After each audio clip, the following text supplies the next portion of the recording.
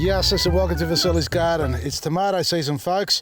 Not sure where you are in the world at the moment, but for us down here in sunny Melbourne, 17 degrees in the middle of winter, and a bit of a breeze as well, we're sowing tomatoes. Not outside, but definitely inside, and I'm doing them in a tray. And I've got this wonderful tray here that I use all the time. We don't sell these ones, folks. You can get the 72 cell trays and the 36 cell trays from your local garden centres and online. But if you want one of these, well, you're going to have to become my best friend. I'm only joking. I'm not going to give you one either. So what we're doing here is filling it up with our planting mix. This is my own little blend, and it's got a bit of everything in it. It's got cow manure, it's got cocoa fibre, it's got worm casting, superfood, black grit, it's got compost, so it's a nice, beautiful blend. And what you see, these little flaky stuff there, is the rice hull. Now, some of them may germinate, and the idea there is to pull them out before they grow too big, but 99% of them shouldn't, and you should have a wonderful growing medium at the end of the day, and that's what I'm doing here. Have a look at this. I've gone past the trowel or the scoop, and I'm using my hand because I love the feel of this stuff. Now, I'm sowing big Malakas, because that's what I've got kept aside. They're my favourite tomato, and everybody can sow their own favourite. Now, why am I sowing now? You're thinking it's July, way too early for tomato season, but in fact it isn't. You need at least 8 weeks to 12 weeks for the plants or the seeds to germinate properly and grow large enough to be transplanted out into the garden. So from here, after 4 to 8 weeks, these will be transplanted into larger punnets, I was going to say, or pots. You can use jiffy pots or peat pots, in fact, which are decomposable, and you can plant it directly in the ground with those, or just plastic containers, little pots, that is. And then give them another 4 to 6 weeks in there, and by then we'll be well and truly into springtime, if not already into the second month of it.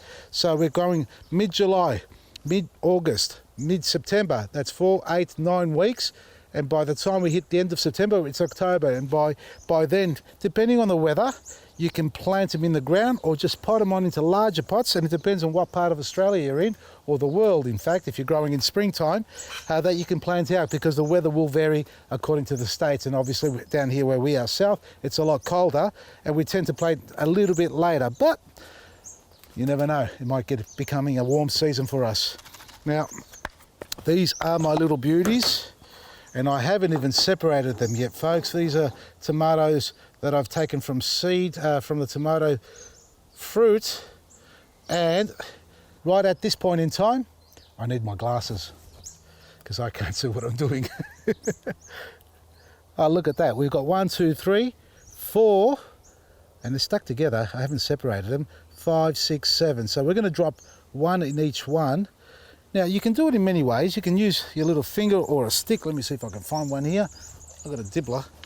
Here we go. We can go and pop a little hole like that in every single one. Right, like that. And then we'll go back and drop the seed inside. And now all we're doing is dropping them in.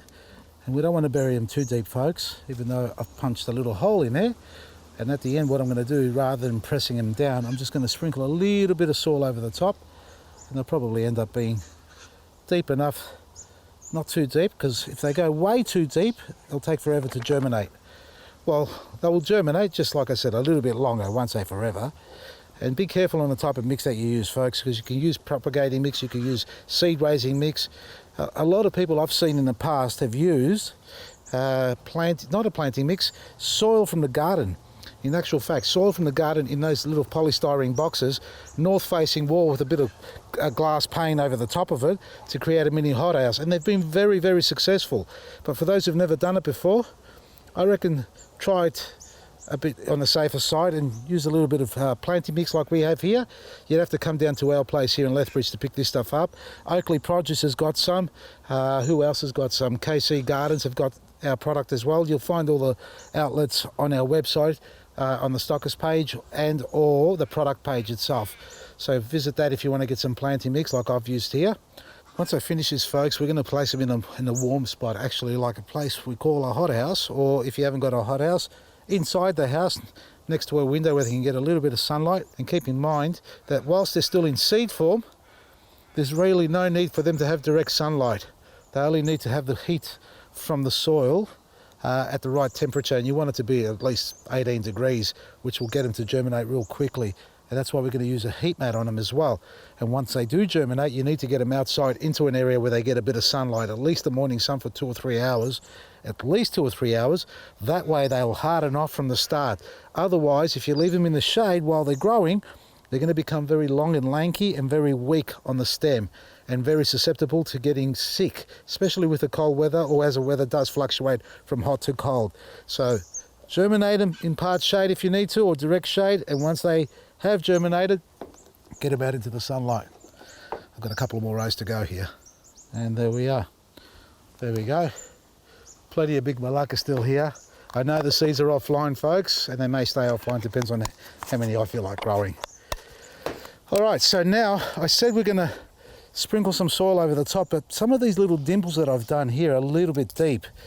And I'm concerned if I put soil on top, I'm actually gonna make them deeper. So if I just carefully push the soil that's already there over it, that might suffice in covering them. Yeah, it's a better way. If you don't do a dimple too deep, then you can actually sprinkle soil. And sometimes you don't even have to do a dimple. There's a bit of bark there, get rid of that. Sometimes you don't have to do a dimple, meaning you can just throw it on the surface of the mix if you're not using a cell tray, because you can use the seedling trays, the punnets that sit in the trays. You can get them at your local garden centres. You can use those and just fill it up 3/4 high with the seed raising mix, or in this case a planting mix, and then sprinkle soil over the top. But you can see that I've got them deep enough here that I've got enough soil around the sides to drop it in there, and that way they're only sitting as just a little bit deeper than what the thickness of the seed is, or the length of the seed is, I should say. There we are. I can be quite aggressive and go real quick, but I don't want to dislodge the seed and bring it to the surface. Now I'm going to hydrate this using just an old drink bottle here, and I've got a little bottle top sprinkler on it, which gives you a nice little spray. Nothing too heavy. You don't want to use a watering can on this, or even the hose, because it can be a little bit harsh and it can dislodge the seed. Even with this, you can still dislodge your seed, cause it to rise up. So the soil, because I haven't packed it down, the planting mix that is, there may be a case where it may just start to sink more than the seed, and the seed starts to surface up. And we just have to take our time to hydrate it like this, because it needs to be hydrated completely, entirely through, not just the surface. And as it hydrates, the soil will sink, and hopefully the seed goes down with it. Simply, if the seed pops up, we're just going to bury it back down again. It's going to be hard to tell, I know, because I've got so much rice hull in here. You'll recognise it soon enough. The difference, rice hull's long, like that, the shape of a rice. And that's it, folks. It's nearly done. Now I'm going to take this inside the house on a heat mat, because I still haven't built a bloody hothouse, that's why. I've been doing everything else besides the things that I really want to do in the garden. Anyway, we'll get around to that one as well. I've got plenty of bedrooms.